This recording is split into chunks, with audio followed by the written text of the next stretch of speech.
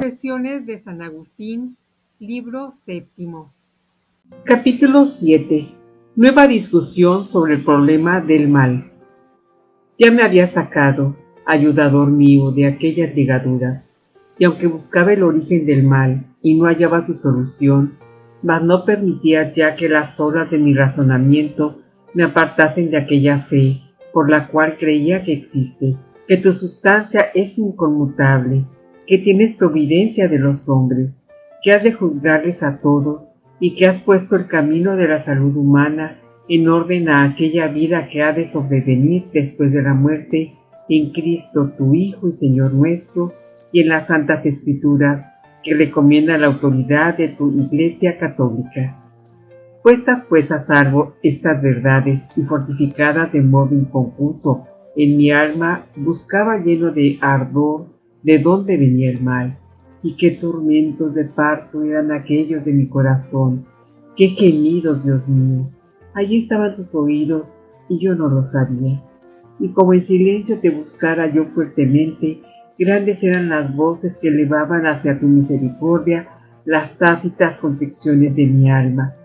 Tú sabes lo que yo padecía, no ninguno de los hombres, porque cuánto era lo que mi lengua comunicaba a los oídos de mis más íntimos familiares.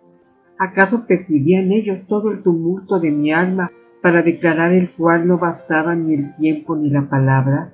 Sin embargo, hacia tus oídos se encaminaban todos los rugidos de los gemidos de mi corazón, y ante ti estaba mi deseo, pero no estaba contigo la lumbre de mis ojos, porque ella estaba dentro y yo fuera. Ella no ocupaba lugar alguno, y yo fijaba mi atención en las cosas que ocupan lugar, por lo que no hallaba en ellas lugar de descanso, ni me acogían de modo que pudiera decir, basta, está bien, ni me dejaban volver a donde me hallase suficientemente bien, porque yo era superior a estas cosas, aunque inferior a ti, y tú eras gozo verdadero para mí sometido a ti, así como tú sujetaste a mí las cosas que creíste inferiores a mí. Y este era el justo temperamento y la región media de mi salud, que permaneciese a imagen tuya, y sirviéndote a ti, dominase mi cuerpo. Pero habiéndome yo levantado soberbiamente contra ti, y corrido contra el Señor, teniendo como escudo mi dura cerviz, estas cosas débiles se pusieron también sobre mí, y me oprimían, y no me dejaban un momento de descanso ni de respiración.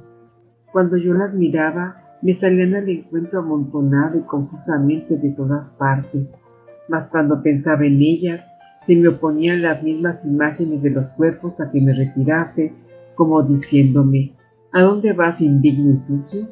Pero estas cosas habían crecido en mí a causa de mi llaga, porque me humillaste con un soberbio herido, y me hallaba separado de ti por mi hinchazón, y mi rostro, hinchado en extremo, no dejaba a mis ojos ver. Capítulo 8.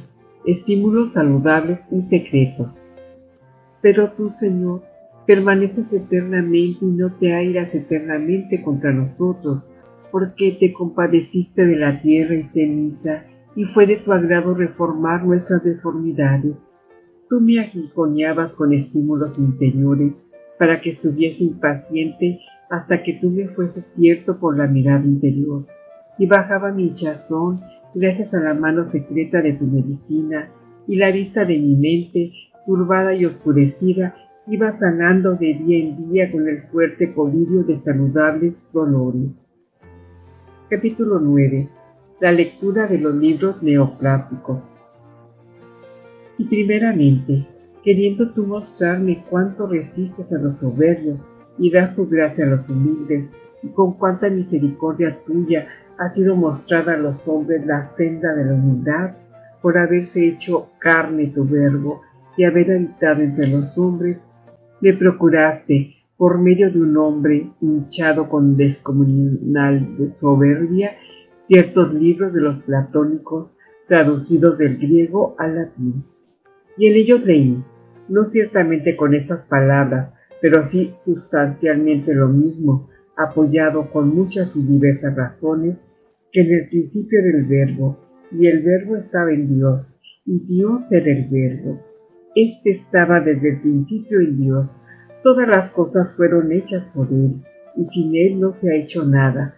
Lo que se ha hecho es vida en Él, y la vida era luz de los hombres, y la luz luce en las tinieblas, mas las tinieblas no la comprendieron. Y que el alma del hombre, aunque da testimonio de la luz, no es la luz, sino el Verbo Dios. Esa es la luz verdadera que ilumina a todo hombre que viene a este mundo, y que en este mundo estaba, y que el mundo es hechura suya, y que el mundo no le reconoció.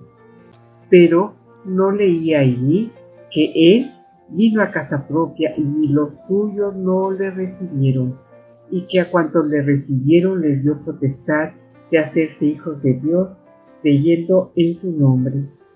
También leí en estos libros que el Verbo Dios no nació de carne ni de sangre, ni por voluntad de varón, ni por voluntad de carne, sino de Dios.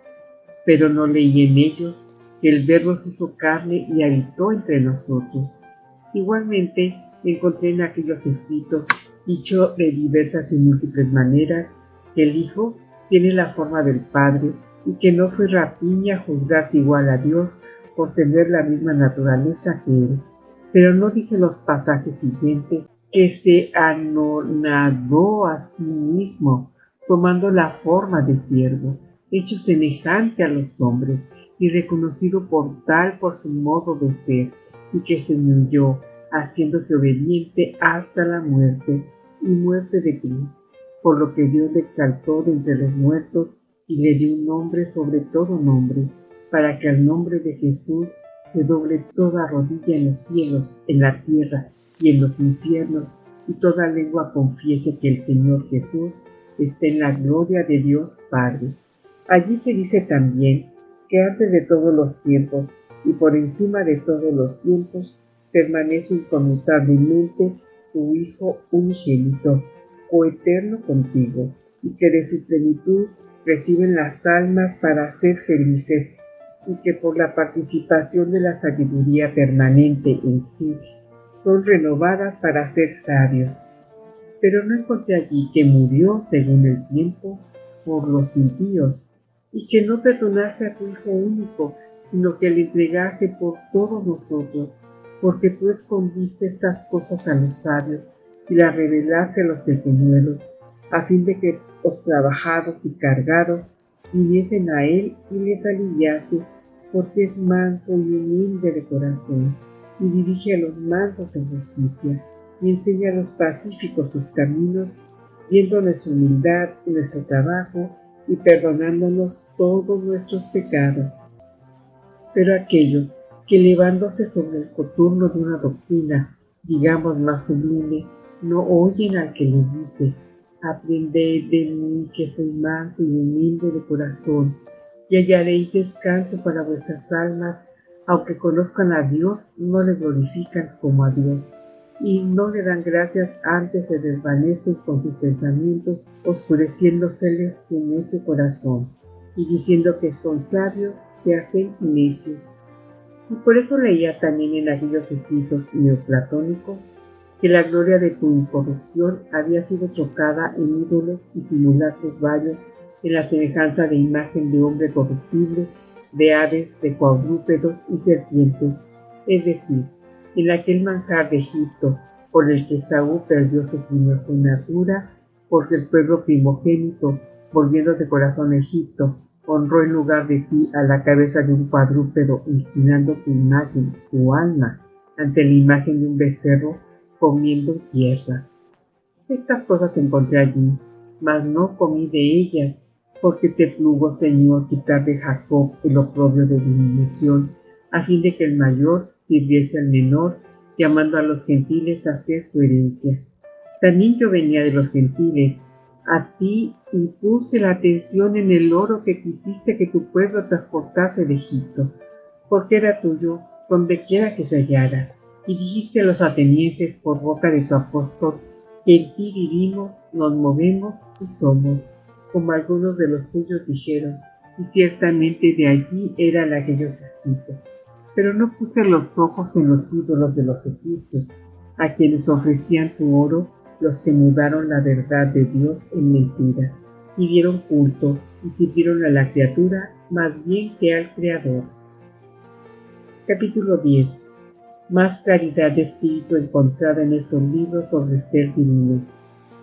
Y alertado por aquellos escritos que me intimaban a retornar a mí mismo, entré en mi interior guiado por ti, y lo pude hacer porque tú te hiciste en mí entre, y vi con el ojo de mi alma, como quiera que él fuese, sobre el mismo ojo de mi alma, sobre mi mente, una luz inmutable, no esta vulgar y visible a toda carne, ni otra cuasi del mismo género, aunque más grande, como si ésta brillase más y más claramente, y lo llenase todo con su grandeza. No era esto aquella luz, sino cosa distinta, muy distinta de todas estas. Ni estaba sobre mi mente como está el aceite sobre el agua o el cielo sobre la tierra, sino estaba sobre mí por haberme hecho, y yo debajo por ser hechura tuya. Quien conoce la verdad, conoce esta luz, y quien la conoce, conoce la eternidad. La caridad es quien la conoce. Oh eterna verdad y verdadera caridad y amada eternidad, tú eres mi Dios, por ti suspiro día y noche, y cuando por vez primera te conocí, tú me tomaste para que viese que existía lo que había de ver y que aún no estaba en condiciones de ver, y reverberaste la debilidad de mi vista, dirigiendo tus rayos con fuerza sobre mí, y me estremecí de amor y de horror, y advertí que me hallaba lejos de ti en la región de la desemejanza, como si oyera tu voz de lo alto. Manjar soy de grandes, crece y me comerás, ni tú me mudarás en ti como al manjar de tu carne, sino tú te mudarás en mí. Y conocí que por causa de la iniquidad corregiste al hombre, e hiciste que se secara mi alma como una tela de araña, y dije, por ventura, no es nada la verdad, porque no se haya difundida por los espacios materiales finitos e infinitos. Y tú me gritaste de lejos, al contrario, yo soy el que soy. Y lo oí como soy interiormente en el corazón, sin quedarme lugar a duda. Antes más fácilmente dudaría de que vivo, que no de que no existe la verdad que se percibe por la inteligencia de las cosas creadas. Capítulo 11. Precariedad de las criaturas. Y miré las demás cosas que están por debajo de ti, y vi que ni son en absoluto, ni absolutamente no son. Son ciertamente porque proceden de ti, pero no son porque no son lo que eres tú, y solo es verdaderamente lo que permanece inmutable. Pero para mí el bien está en adherirme a Dios, porque si no permanezco en Él, tampoco podré permanecer en Él. Pero Él, permaneciendo en sí mismo, renueva todas las cosas, y tú eres mi Señor, porque no necesitas de mis bienes.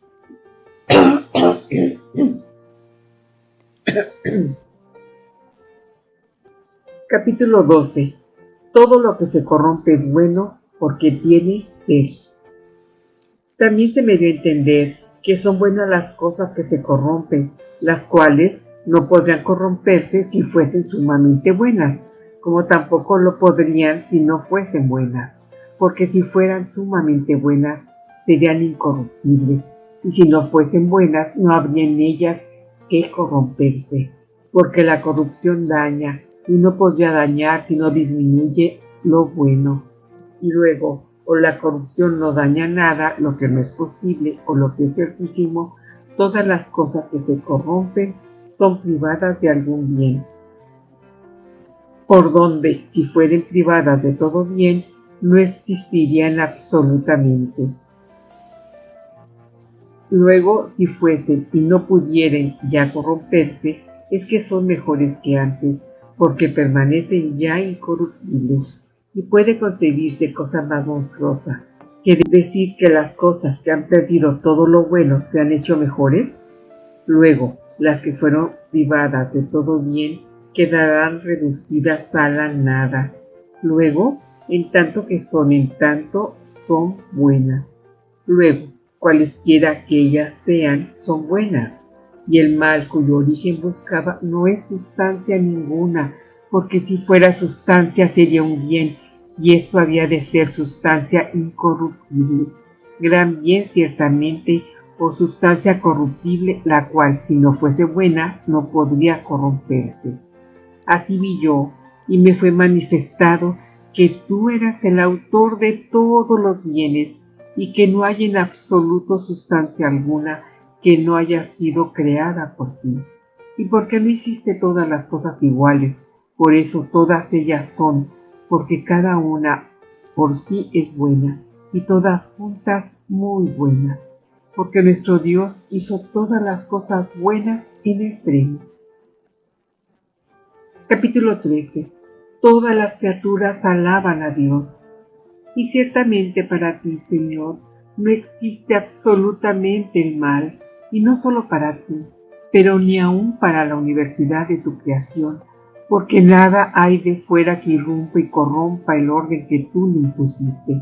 Pero en cuanto a sus partes, hay algunas cosas tenidas por malas, porque no convienen a otras, pero como estas mismas convienen a otras, son asimismo buenas, y ciertamente en orden así todas son buenas, y aun todas las que no dicen conveniencia en ti, la dicen con la parte inferior de las criaturas que llamamos tierra, la cual tiene su cielo nuboso y ventoso apropiado para sí.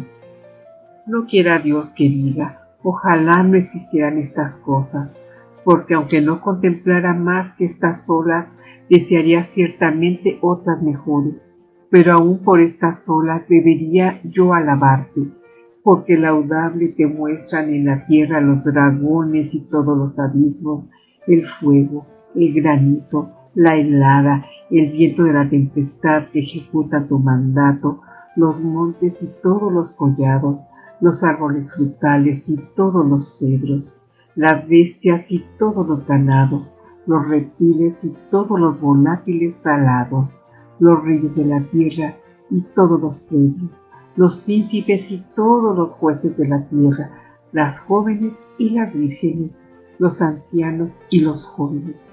Todos alaban tu nombre. Y también te alaban, oh Dios nuestro, en las alturas, todos tus ángeles y todos tus mensajeros alaban tu nombre. Y el sol y la luna, todas las estrellas y la luz, y el cielo de los cielos y las aguas que están sobre los cielos.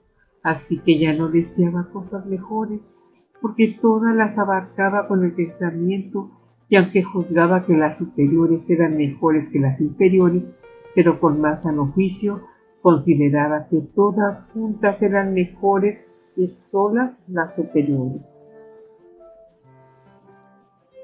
Capítulo 14. Despertar de Agustín en Dios. No están sanos aquellos a quienes les desagrada alguna de tus criaturas, como no lo estaba yo cuando me desagradaban muchas de las cosas hechas por ti. Pero porque mi alma no se atrevía a decir que le displacía a mi Dios, por eso no quería conocer por tuyo lo que le desagradaba.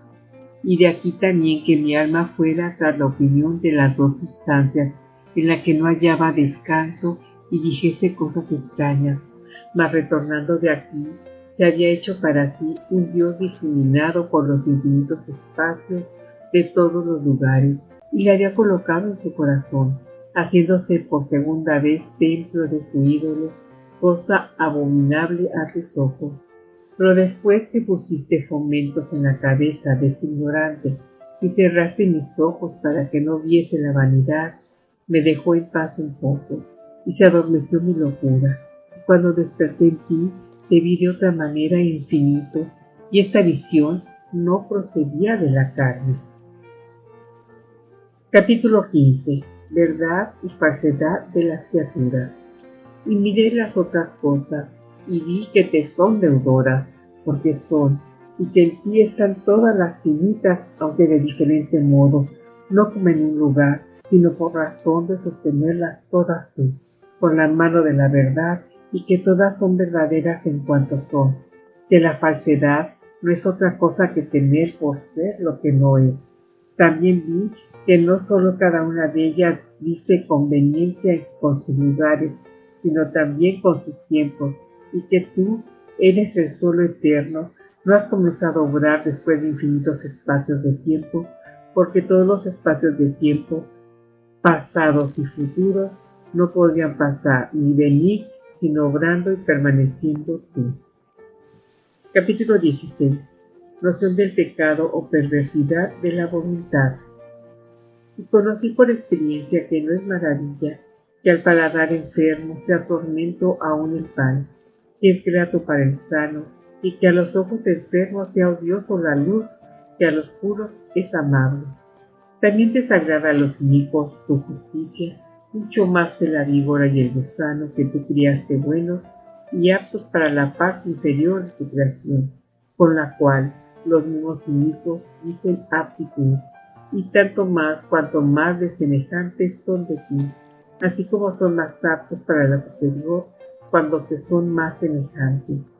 Indagué qué cosa era la iniquidad, y no hallé que fuera sustancia, sino la perversidad de una voluntad que se aparta de la suma sustancia, que eres tú, oh Dios, y se inclina a las cosas íntimas, y arroja sus intimidades, y se hincha por de fuera. Capítulo 17.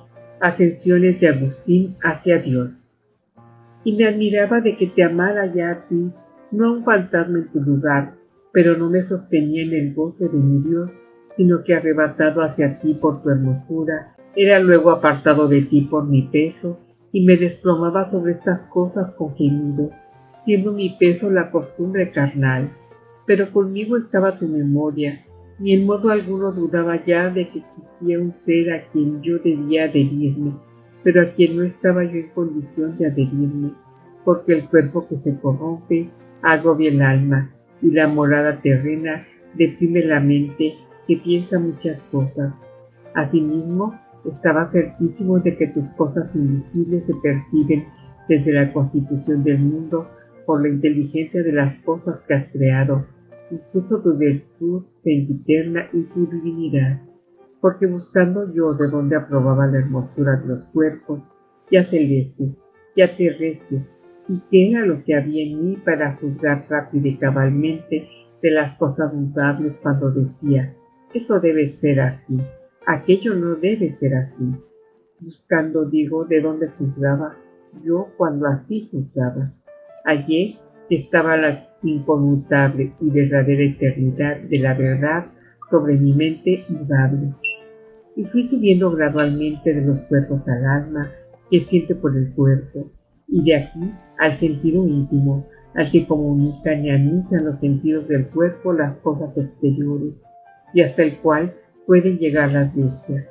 De aquí pasé nuevamente a la potencia raciocinante a la que pertenece juzgar de la misma inteligencia, y apartó el pensamiento de la costumbre, y se sustrajo a la multitud de fantasmas contradictorias para ver de qué luz estaba inundada, cuando sin ninguna duda clamaba que lo inconmutable debía ser preferido a lo mudable, y de dónde conocía yo lo inmutable, ya que si no lo conociera de algún modo, de ninguno lo antepondría a lo mudable con tanta certeza. Y finalmente llegué a lo que es, en un golpe de vista trepidante. Entonces fue cuando vi tus cosas invisibles por la inteligencia de las cosas creadas, pero no pude fijar en ellas mi vista. Antes, herida de nuevo mi flaqueza, volví a las cosas ordinarias, no llevando conmigo sino un recuerdo amoroso y como apetito de viandas sabrosas que aún no podía comer. Capítulo 18. Cristo es el camino, la verdad y la vida. Y buscaba yo el medio de adquirir la fortaleza que me hiciese idóneo para gozarte, ni había de hallarla sino abrazándome con el mediador entre Dios y los hombres, el hombre Cristo Jesús, que es sobre todas las cosas, Dios bendito por los siglos, el cual clama y dice, yo soy el camino, la verdad y la vida, y el alimento mezclado con carne, que yo no tenía fuerzas para tomar, por haberse hecho el verbo carne, a fin de que fuese amamantada nuestra infancia por la sabiduría por la cual creaste todas las cosas. Pero yo, que no era humilde, no tenía a Jesús humilde por mi Dios, ni sabía de qué cosas pudiera ser maestra su flaqueza, porque tu Verbo, verdad eterna, trascendiendo las partes superiores de tu creación, levanta hacia sí a las que están ya sometidas, al mismo tiempo que en las partes inferiores edificó para sí una casa humilde de nuestro barro, y por cuyo medio abatiera en sí mismo a los que había de someterse y los atrajese a ti, sanándoles el tumor y fomentándoles el amor, no sea que fiados en sí se fuesen más lejos, sino por el contrario, se hagan débiles, viendo ante sus pies débil a la divinidad por haber participado de nuestra túnica pericia, y cansados se arrojen en ella para que al levantarse ésta los eleve. Capítulo 19. Conceptos erróneos de la encarnación del Verbo. Pero yo entonces juzgaba de otra manera, sintiendo de mi Señor Jesucristo tan solo lo que se puede sentir de un varón de extraordinaria sabiduría, a quien nadie puede igualar. Sobre todo me parecía haber merecido de la divina providencia a favor nuestro una tan gran autoridad de magisterio, por haber nacido maravillosamente de la Virgen, para darnos ejemplo de desprecio de las cosas temporales en pago de la inmortalidad. Pero qué misterio encerraran estas palabras. El Verbo se hizo carne, ni sospecharlo siquiera podía. Solo conocía por las cosas que de él nos han dejado escritas, que comió y bebió, durmió, paseó, se alegró, se estremeció y predicó, que la carne no se juntó a tu Verbo sino dotada de alma y razón.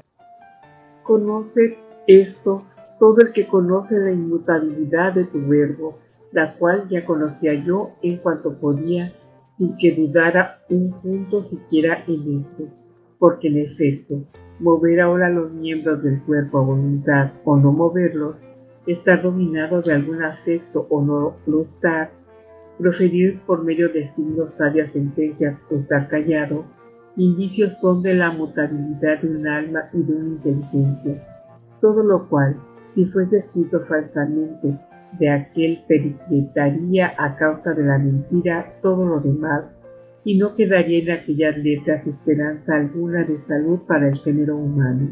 Pero como son verdaderas las cosas allí escritas, reconocía yo en Cristo al hombre entero, no cuerpo solo de hombre o cuerpo y alma sin mente, sino al mismo hombre, el cual juzgaba debía ser preferido a todo lo demás, no por ser la persona de la verdad, sino por cierta extraordinaria excelencia de la naturaleza humana y una más perfecta participación de la sabiduría. Alipio, en cambio, pensaba que los católicos de tal modo creían a Dios revestido de carne, que Cristo fuera de Dios y la carne no había alma, y así no juzgaba que hubiera en él mente humana. Y como estaba bien persuadido de que todas aquellas cosas que nos han dejado escritas de él no podían ejecutarse si no es por una criatura viviente y racional, de ahí que se moviera muy lentamente hacia la verdadera fe cristiana. Pero cuando después supo Alipio que este era el error de los herejes apolinaristas, se congratuló y fue amoldándose a la fe católica. En cuanto a mí, confieso que conocí un poco más tarde la diferencia que había en orden a la interpretación de las palabras el Verbo se hizo carne, entre la verdad católica y la falsedad de Fotino, porque la reprobación de los herejes hace destacar más el sentir de tu Iglesia y lo que tiene por sana doctrina, porque conviene que haya herejías para que los probados se hagan manifiestos entre los débiles. Capítulo 20. Efectos de la lectura de los libros platónicos. Pero entonces, leídos aquellos libros de los platónicos, después que amonestado por ellos a buscar la verdad incorpórea, percibí tus cosas invisibles por la contemplación de las creadas, y rechazado, sentí que era lo que no se me permitía contemplar por las tinieblas de mi alma, quedé cierto de que existías, y de que eras infinito sin difundirte, sin embargo, por lugares finitos ni infinitos, y de que eras verdaderamente tú que siempre eres el mismo, sin cambiar en otro, ni sufrir alteración alguna por ninguna parte ni por ningún accidente, y de que todas las cosas proceden de ti por la sola razón finísima de que existen. Cierto estaba de todas estas verdades, pero también de que me hallaba debilísimo para gozar de ti. Charlaba mucho sobre ellas, como si fuera instruido, y si no buscara el camino de la verdad en Cristo, Salvador nuestro, no fuera instruido, sino destruido, porque ya había comenzado a querer parecer sabio, lleno de mi castigo, y no lloraba, antes me hinchaba con la ciencia. Mas ¿dónde estaba aquella caridad que edifica sobre el fundamento de la humildad, que es Cristo Jesús? ¿O cuando aquellos libros me lo hubieran enseñado con los cuales creo que hiciste que tropezase antes de leer tus escrituras, para que quedasen grabados en mi memoria los efectos que produjeron en mí, y para que después de haberme amansado con tus libros y restañado las heridas con tus suaves dedos, discerniese y percibiese la diferencia que hay entre la presunción y la confesión, entre los que van a donde se debe ir y no ven por donde se va, y el camino que conduce a la patria bienaventurada, no sólo para contemplarla, sino también para habitarla? Porque si yo hubiera sido instruido en las Sagradas Escrituras y en su trato familiar, te hubiera hallado dulce para conmigo y después hubiera tropezado con aquellos libros.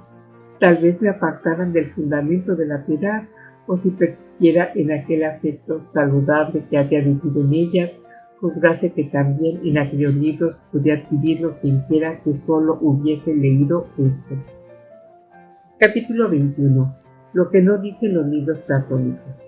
Así pues, cogí avidísimamente las venerables escrituras del Espíritu y con preferencia a todos al apóstol Pablo, y perecieron todas aquellas cuestiones en las cuales me pareció algún tiempo que se contradecía a sí mismo, y que el texto de sus discursos no concordaba con los testimonios de la ley y de los profetas. Y apareció uno a mis ojos, el rastro de los castos oráculos, y aprendí a alegrarme con temor, y comprendí, y hallé que todo cuanto de verdadero había yo leído allí, te decía aquí realzado con tu gracia, para que el que no ve no se gloríe, que como si no hubiese recibido no ya lo que ve, sino también del poder ver, pues ¿qué tiene que no lo haya recibido? Y para que sea no solo exhortado a que te vea, a ti que eres siempre el mismo, sino también sanado para que te retenga, y que el que no puede ver de lejos camine, sin embargo por la senda por la que llega, y te vea y te posea. Porque aunque el hombre se deleite con la ley de Dios, según el hombre interior, ¿qué hará de aquella otra ley que luche en sus miembros contra la ley de su mente y que le lleva cautivo bajo la ley del pecado que existe en sus miembros? Porque tú eres justo, Señor, y nosotros en cambio hemos pecado. Hemos obrado inicuamente, nos hemos portado con impiedad, y tu mano se ha hecho pesada sobre nosotros. Y justamente hemos sido entregados al pecador de antiguo, propósito de la muerte, porque persuadió a nuestra voluntad de que se asemejara a la suya, que no quiso persistir en tu verdad. ¿Qué hará el hombre miserable? ¿Quién le librará del cuerpo de esta muerte sino tu gracia, por medio de Jesucristo nuestro Señor, a quien tú engendraste coeterno y creaste en el principio de tus caminos, en quien no halló el príncipe de este mundo nada digno de muerte, y al que dio muerte, por lo que fue anulada la sentencia que había contra nosotros? Nada de esto dicen aquellas letras neoplatónicas, ni tienen aquellas páginas el aire de esta piedad, ni las lágrimas de la confesión, ni tu sacrificio, ni el espíritu atribulado, ni el corazón contrito y humillado, ni la salud del pueblo, ni la ciudad esposa, ni el arra del Espíritu Santo, ni el cáliz de nuestro rescate. Nadie allí canta, ¿acaso mi alma no estará sujeta a Dios? Porque de él procede mi salvación, puesto que Él es mi Dios y mi Salvador, y mi amparo del cual no me apartaré jamás. Nadie allí oye al que llama, Venid a mí los que trabajáis. Tienen a menos aprender de él, porque es manso y humilde de corazón, porque tú escondiste estas cosas a los sabios y prudentes, y las revelaste a los pequeñuelos. Pero una cosa es ver desde una cima agreste la patria de la paz, y no hallar el camino que conduce a ella, y fatigarse en balde por lugares sin caminos, cercados por todas partes, y rodeados de las acechanzas de los fugitivos desertores con su jefe, o príncipe león y el dragón. Y otra, poseer la senda que conduce allí, defendida por los cuidados del celestial emperador, en donde no la atosinan los desertores de la celestial milicia, antes la evitan como un suplicio. Todas estas cosas se me entraban por las entrañas por modos maravillosos cuando leía al menor de los apóstoles y consideraba sus obras, y me sentía espantado fuera de mí. Laura Aguilar, leyendo libros para ti. Si te ha gustado este video, da like, comparte, Comenta. suscríbete a mi canal y da clic en la campanita para recibir nuevos videos. Paz y bien.